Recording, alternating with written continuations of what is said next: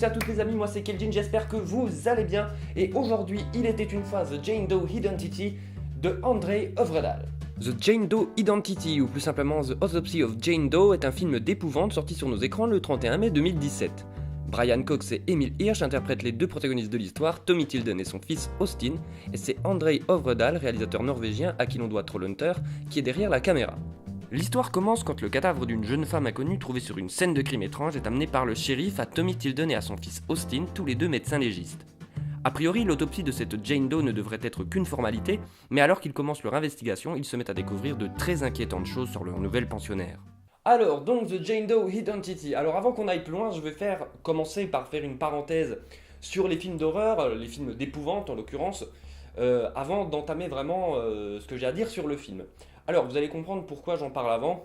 Alors déjà, j'aimerais clarifier que au niveau des films d'épouvante, donc là, on est vraiment, vraiment dans le sous-genre du film d'horreur, puisque horreur, c'est vaste, hein, ça va de Chucky à Saw, en passant par Halloween, en passant par Evil Dead, donc voilà, c'est un peu vaste. Là, on est vraiment dans l'épouvante, dans le film de fantômes, de possession, etc., etc., de démons vengeurs, de monstres sous le lit, tout ce que vous voulez. Et donc moi ce genre de film, généralement, en tout cas la plupart ces dernières années, ont tendance à m'en toucher une sans bouger l'autre. Généralement je ne suis pas spécialement terrorisé au point de laisser allumer la petite lumière avant d'aller dormir. Voilà, pourquoi ces films ont tendance à ne pas faire peur. Alors, pour une bonne raison, c'est-à-dire que, alors déjà de une, je trouve que les films de ce genre-là ces dernières années ont tendance à se reposer sur leur laurier et à ne pas tellement comprendre le genre qu'ils investissent. À savoir, si vous allez voir beaucoup de films d'horreur, de films d'épouvante, hein, de nouveau, je rappelle, qu'est-ce qui souvent frappe, c'est le cas de le dire, c'est qu'il y a des scare jumps. Le scare jump en lui-même, c'est une technique, d'accord. C'est une technique qui a eu sa raison d'être, qui a peut-être toujours sa raison d'être. Pour ceux à qui ça parle pas trop, le scare jump, c'est ce fait d'avoir, vous savez, dans les films d'horreur, de faire monter la pression, puis silence, et d'un seul coup, BAM! Il y a quelque chose qui se passe de très rapide à l'écran, avec d'un seul coup, on va dire, les violons qui montent d'un seul coup, un coup de... Voilà. C'est le coup de flip, la surprise. Alors, le problème du scare jump, c'est que, aujourd'hui, c'est une technique qu'on va dire presque surannée, qui a été trop usitée, dans le sens où il y a des films, et il y en a eu pas mal, dont le seul ressort de surprise, de peur entre guillemets, c'était le scare jump. Et le problème, c'est que un scare jump, ça marche, deux scare jump, mais je dis pas faire que des scare jump. Le problème, c'est qu'à un moment donné, tu ne crées pas d'ambiance. Un scare jump, ça marche à condition d'avoir une ambiance. Et c'est ça qui me semble important dans un film d'épouvante comme ça et qui souvent passe à la trappe. C'est-à-dire que les mecs font des films d'épouvante, de fantômes, de démons, etc. où il va y avoir des surprises, mais si tu ne crées pas une ambiance, on va dire vraiment d'angoisse, de peur, de réel, tes scare jump ne sont ni plus ni moins que des surprises, des bouh. Voilà, c'est rien que ça. Et donc, du coup, je trouve que les utiliser juste comme ça, ou trop les utiliser maintenant, c'est surtout ça, c'est quand vous en avez trop dans un film d'épouvante. Typiquement, moi je pars du principe que déjà, vous essayez de camoufler quelque chose, que il manque quelque chose. Le seul film qui pour moi, ces dernières années, et pour une bonne raison, parce que c'était un grand réal derrière, d'horreur en plus, un grand film qui pour moi a su utiliser le scare jump de façon efficace, alors même qu'il l'utilisait de très nombreuses fois dans le film, c'est Jusqu'en Enfer de Sam Raimi, que je vous conseille très chaudement si vous ne l'avez pas vu. Mais voilà, Jusqu'en Enfer de Sam Raimi utilisait le scare jump à outrance dans un univers, dans une ambiance qui faisait que le scare jump était particulièrement dérangeant, faisait particulièrement flipper. Ici, ces dernières années, j'ai tendance à trouver que, déjà de 1, voilà, on n'est plus sur de la mécanique de peur, on est sur de la mécanique de surprise qui ne fonctionne pas. C'est pour ça que je dis que les gens qui font ces films, parfois, je parle des producteurs, hein, ne comprennent pas du tout la mécanique d'un film d'épouvante comme ça, et derrière ils mettent aux commandes des yes man voilà, qui font ça un petit peu les yeux fermés en mode ouais vas-y fais un film d'horreur, vas-y fais un bout, ouais super nickel t'es engagé. Donc voilà, c'est pour moi un gros problème. Deuxième problème, c'est que du coup bien souvent les films sont incohérents, ils partent dans des histoires fouillis qui sont trop compliquées. Les mecs faites une histoire simple. On est dans une histoire de fantôme. Si vous commencez à multiplier les sous-intrigues, multiplier les personnages secondaires, c'est trop compliqué. Ce que je veux dire, c'est que faire simple, c'est pas faire mal. C'est-à-dire que si vous simplifiez, des fois ça va rendre, selon le film, selon le genre que vous exploitez, c'est beaucoup plus intéressant de faire quelque chose de simple avec des personnages qu'on qu'on saisit dès le départ, qui n'ont pas un milliard d'interactions avec 18 personnages. C'est-à-dire que les films de fantômes où vous avez 5, 6, 7 personnages, tu fais oh, c'est bon quoi. Dans un slasher, ok. Dans un slasher, on veut qu'il y ait plein de personnages, on veut qu'il y ait des morts. D'accord. Dans un torture porn, c'est pareil. Dans un saut, si on me dit, il y a que deux personnages, tu fais chier. Moi, j'ai envie qu'il soit 12 et puis qu'il y en ait au moins 10 qui meurent de façon horrible. Voilà. Mais dans un film d'épouvante, dans un film qui est basé sur l'ambiance, je le rappelle de nouveau, un film qui est là vraiment pour instaurer une ambiance de peur, d'angoisse, pour que toi dans ton siège tu sois là, non je veux pas voir. Voilà, ce genre de choses, ça ne marche pas si t'as 18 personnages et une histoire où ah bon alors machin, il faut que j'aille voir lui, ok je vais vous expliquer pourquoi il se passe ça, ok mais maintenant il faut que vous alliez voir lui, et entre temps il y a un troisième personnage qui vient et qui fait non, non, non, non, arrêtez, faites simple dans un film d'épouvante. En tout cas faut pas que ça vienne nuire à votre ambiance. Voilà, maintenant que j'ai parlé de ça, on va parler du film qui nous intéresse aujourd'hui, donc The Jane Doe Identity. Alors, pourquoi j'ai parlé de ça avant? Vous allez comprendre tout simplement, eh bien, parce que ça fait du bien de voir un film qui, eh bien, est réussi. Un film d'épouvante qui fait peur. Et donc, c'est pour ça que j'en ai parlé au début. Je le dis, il m'a fait peur, alors que le dernier film qui m'a vraiment fait flipper, mis mal à l'aise, c'était vraiment Jusqu'en Enfer, ou peut-être éventuellement, mais dans un autre registre, le remake d'Evil Dead, mais qui était surtout, qui m'avait mis mal à l'aise parce qu'il était très dégueulasse. Mais enfin voilà, ça fait plaisir de voir un film qui pose une ambiance et qui fait peur avec ça, qui fait peur avec sa mise en scène. Donc, l'histoire on en a parlé, hein, donc il n'y a que deux personnages. Enfin, il y a deux, trois, il y a vraiment, allez, deux, trois personnages secondaires maxi, mais qu'on voit franchement, allez, 2 minutes 30 en tout, 3 minutes à l'écran sur 1h40 de film, vous voyez. Donc c'est vraiment juste des personnages fonction qu'on a mis là, c'est-à-dire que c'est des légistes, s'ils ont trouvé un corps, ouais faut bien qu'il y ait un shérif, bon, un shérif. Ok, puis le shérif, il discute au début juste un petit peu avec son assistante, qu'on voit aussi un petit peu à la fin, voilà, bon. Et puis il y a la copine du héros, qu'on voit pareil, 3 minutes, j'en dis pas plus. Donc, ce qui est intéressant, déjà, donc on va parler des personnages. Ils sont deux, et tout le film se passe en huis clos, hein. Ça se passe dans leur morgue, qui est en plus sous leur maison, c'est fermé, c'est clos.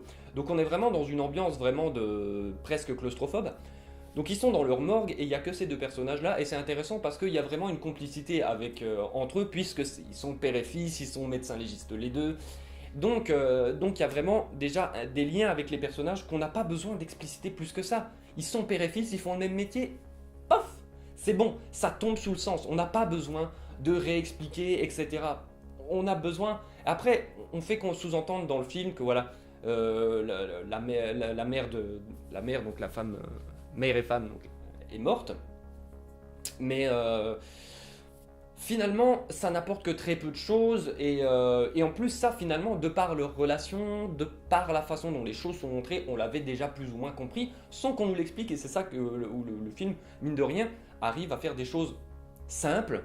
De nouveau, c'est simple, mais ça fonctionne. Ça fonctionne très bien.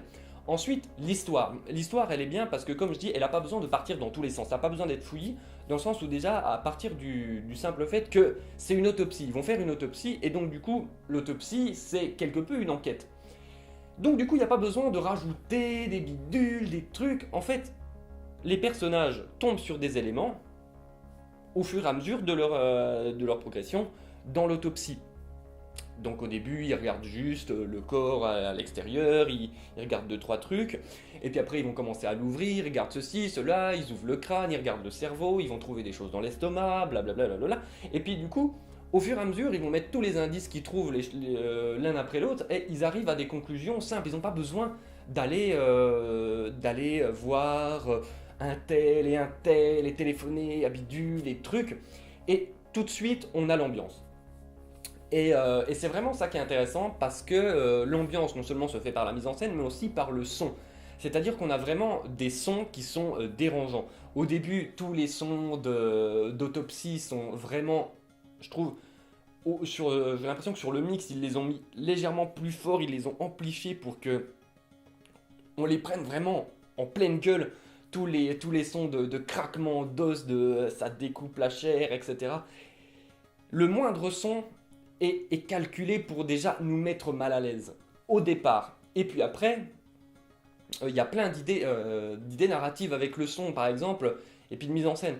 Notamment, il y a un des cadavres qui sont déjà là dans la morgue, qui a une clochette au pied. On explique au départ que c'est une tradition voilà, de légistes qui remonte à loin, parce qu'avant, il y avait des comateux, on leur mettait une clochette, comme ça, quand on commençait à les découper, si jamais c'était des comateux, bah, du coup, il y avait la clochette qui avait tendance à bouger, on savait que, en fait, ils sont pas morts. Et donc, du coup, il y a un des morts qui a une clochette comme ça, ils font une petite blague au début, tout ça. Et par la suite, quand il y a des espèces, un passage, il y a des passages un petit peu zombies en fait, mais je vais mettre des guillemets, j'expliquerai un petit peu après. C'est du coup vous avez ces morts là qui entre guillemets se réveillent et les personnages on voit quasiment rien. Ça c'est intéressant aussi parce que on fait pas dans la surenchère. C'est-à-dire qu'on ne montre que très peu de choses et c'est ça qui fait flipper. Et donc vous avez cette espèce de zombie qui marche et vous avez cette clochette gliding, gliding, gliding, donc on ne le voit pas mais on l'entend. Donc c'est pour ça que je dis que c'est plein de choses, de se dire, ben voilà, je pense aussi qu'ils n'avaient pas un énorme budget et se dire, ben comment on fait pour ben, déjà ne pas en faire des caisses et puis en plus, ben, j'ai peut-être pas le budget pour montrer un zombie, etc., des effets spéciaux, le maquillage, etc., surtout si c'est pour juste une scène de comme ça, est-ce que ça vaut bien le coup? Donc du coup, ils ont trouvé des astuces de mise en scène, juste ben, la clochette, c'est-à-dire que on voit juste des effets de lumière, donc on voit plus ou moins une espèce de silhouette qui avance au loin, et quand on s'est fixé sur les personnages, on sait que le zombie avance parce que vous avez cette clochette qui de temps en temps fait gling gling, gling gling, et donc du coup, voilà, il y a plein d'idées comme ça de mise en scène par le son, et donc ça, voilà, ça participe à vraiment cette ambiance malsaine. Et c'est ça qui marche vraiment du tonnerre avec le film, c'est qu'il a vraiment cette capacité à instaurer la peur et l'angoisse. Déjà parce que, comme je l'ai dit, on est dans un environnement clos, donc du coup on a ce côté un petit peu claustrophobe, et par la suite en fait ils se rendent compte qu'ils ne peuvent pas sortir, ils n'y arrivent pas parce qu'il y a une tempête, etc. Et du coup vous avez tout ça. Et alors un autre point que je voulais aussi aborder dans cette critique, c'est du coup, ce qui est très bien avec ce film, c'est que non seulement il n'en fait pas des caisses, mais le fait de ne pas en faire des caisses participe vraiment au côté purement fantastique du film. C'est-à-dire, dans un récit fantastique, à la fin, généralement, vous êtes toujours en train de vous demander, est-ce que ce qui s'est produit, ce que je viens de voir ou ce que je viens de lire, c'est réellement produit, c'est-à-dire qu'il y a eu du surnaturel, quelque chose, etc. Ou bien, est-ce que finalement, c'est pas juste, est-ce qu'on peut pas trouver des explications rationnelles à ce qui s'est passé? Et le film, à la fin, je trouve que c'est très intéressant parce que vous pouvez vous dire, à la fois, bah ouais, ok, délire, sorcière, tout ça, machin, possession, les ténèbres, tout ça, les morts qui reviennent à la vie, ou bien, est-ce que les mecs n'ont pas juste tapé un délire pour on ne sait quelle raison? Tout simplement, peut-être que, tu ne sais pas, hein, la peur, claustrophobie, la tempête, ils sont coincés, panique. Et à la fin du film, tu es vraiment toujours dans ce côté, est-ce que c'est vrai ou est-ce que c'est pas vrai? Donc, enfin dans le sens, est-ce que je peux l'expliquer rationnellement ou est-ce que vraiment c'est la thèse paranormale à laquelle je vais suivre? Et donc du coup, c'est vraiment ce côté fantastique. Et je m'attendais pas spécialement justement à ça, et c'est plutôt intéressant, notamment quand on voit tous les films aujourd'hui où là on te laisse pas de doute, c'est les ténèbres, possession par un démon, démon vengeur, un fantôme, un bidule, un truc, des fois on va dans le monde des ténèbres pour aller... ben voilà. Donc du coup il n'y a pas de place au fantastique, il n'y a pas la place au doute, on est toujours vraiment dans du... Bah c'est ça, voilà, c'est comme ça, il y a vraiment le fantôme, il est là, alors que là, on est juste dans le doute, c'est-à-dire qu'on nous montre des choses que les personnages voient, et à la fin, tu te dis, quand du coup le shérif revient, tu te dis, est-ce que tout ce qui s'est passé, je ne veux pas vous spoiler, est-ce que tout ce qui s'est passé est réel, ou est-ce qu'il y a juste une explication rationnelle à tout ça? Donc ça participe de l'ambiance encore plus malsaine du film, et je trouve que là-dessus, le film réussit très bien son pari. Voilà.